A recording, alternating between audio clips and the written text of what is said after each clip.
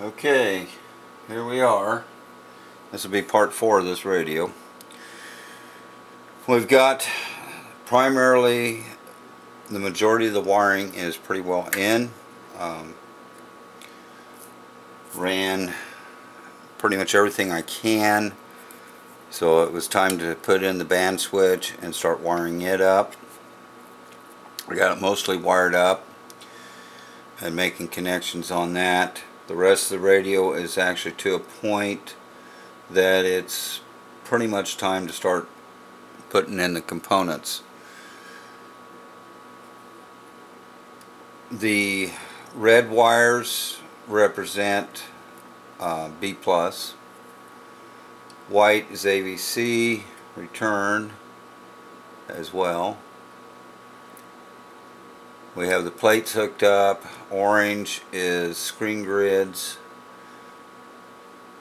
Now the wire colors that's in here was what was actually the only wire colors that was actually labeled on the schematic, so I went ahead and went with their wire colors.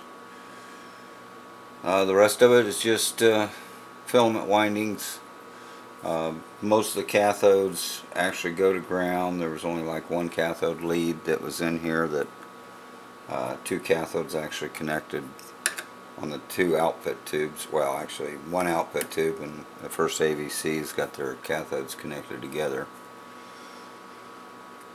So anyway, at this point I'm going to try to get some of this wiring finished up.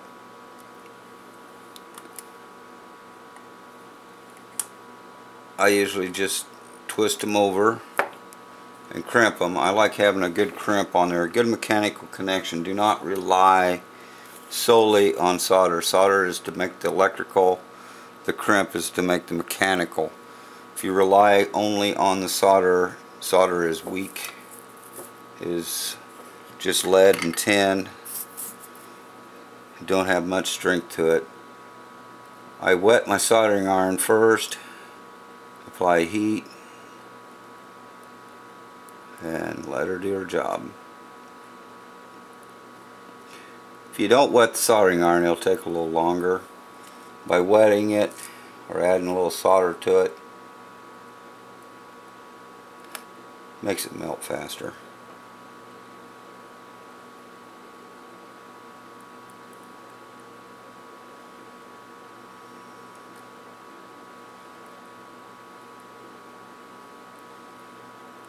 Some of these old connections sometimes are rather difficult.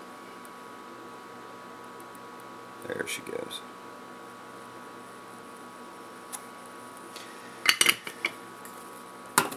These here, this connection, as well as this one, will go to the push button switches. I've got all pretty well cleaned up. They work pretty good.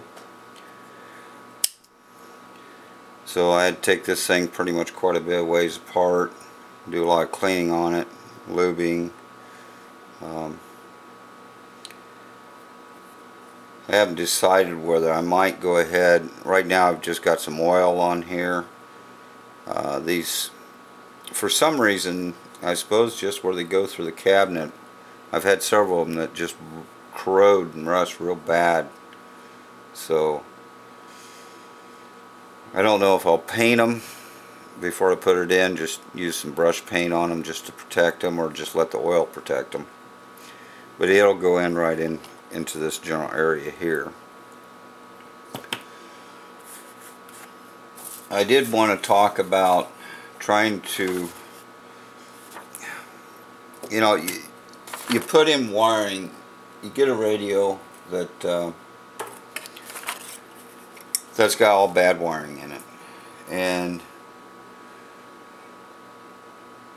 if you're not comfortable with following schematics and following what's going in here, the best resort is, like I said early in one of my videos way back when, is just take one wire at a time.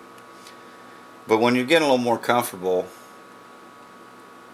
and especially if you got a chassis that needs a lot of you know, a lot of tension, a lot of rust on it and everything. Maybe it's rusted real bad underneath, and because I've had them where they were really badly rusted underneath the chassis as well. You want to strip it and, you know, clean everything up, and you got bad wiring anyway. Well, I want to talk about how to kind of get a general idea of where you're going with the wires. Back to the wire dressing, when you're putting it in, I have found it best to start with heaters. Run those wires first. Go ahead and run an entire circuit before you go to anything else. So run those wires first. You don't have to follow a color code. This is just for practical purpose, the RMA standard color code as it was years ago. Most radio manufacturers didn't bother to follow it that much. The other thing, you get one thing done, like the filaments, then you go on to the next. You want to run those, and I generally go with filaments or heaters, cathodes, B+, anything that's going to deal with the B+, and along with that B+, you can also make up any type of plate connections. Because coming from your IFs, you'll be going directly to the plates of the tubes as well as the grids, but you can go ahead and make up those. Screen grids come next, and then finally any other plate leads that need to be put in place, you can put those in, with the last thing being your grids. Grids are high impedance on a tube, so they're real notorious for picking up any signals. You want to leave them last so that you can keep them away from everything, and also be able to run them any way possible to keep them from picking up anything from any other leads. But now some of this I ran just the way they had ran it before. They had run their B+, this red lead, from the filter cap back around here and up here to the first IF, and then they feed from that IF to the next IF, and then from there down to a point here, from this point down to here, which is actually a screen grid, but this screen grid then feeds out to the audio transformer and back to the plate. This one here is feeding through these resistors to the plate on this tube here, the first AF. If you look on the schematic, you can follow this, because it's basically this lead here that's coming up. But when you're following on here, you want to pick your points. So here you got a screen grid. You're also going to have a lead that comes off of it that's going to go to the audio transformer. Down here, it's coming off one of the filter caps. Now it's half moon, which is what this one is right here. It's on the back side. There's also going to be a resistor across there, but we won't worry about that because that's actually in a different location. But you can follow this up to here if you want to, and I could have done that. I could have ran that over here and ran it the other way. I chose to take their way, and that's why you should take some pictures, because they have tested, most likely have tested this radio at the factory when they first designed the radio, and they probably have found that this was the best route for that B+ to keep any interference down, any problems with wire dressing issues. But if you don't have that, or if maybe your pictures weren't that good, then you could run it another way. But in any case, locate things that you can find real easy, and that's how you can run a wire. It ties off and goes over, and this is where it's feeding the IFs right here. And I'm not even in camera view. It comes off, ties off, feeds the IS. Right here is a set of resistors it's feeding. That happens to be right here. So pick big points. Pick tube sockets, pick filter caps, pick things of this nature, and then just go from point A to point B in the best route that you can possibly do, if you don't have any other means like pictures or anything to show you how they might have ran it. It just takes some practice and a little time, and pay attention to what you're doing. Just watch and take your time. There's no hurry.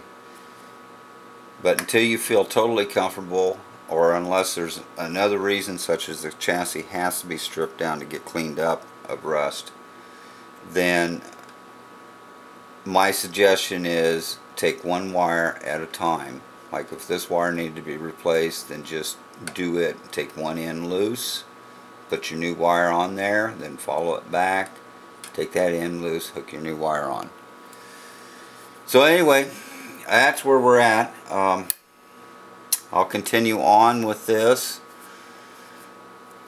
and make another video soon, pretty soon. Once I get a few more components in here, we'll work on some component identifications and stuff, where they go and everything.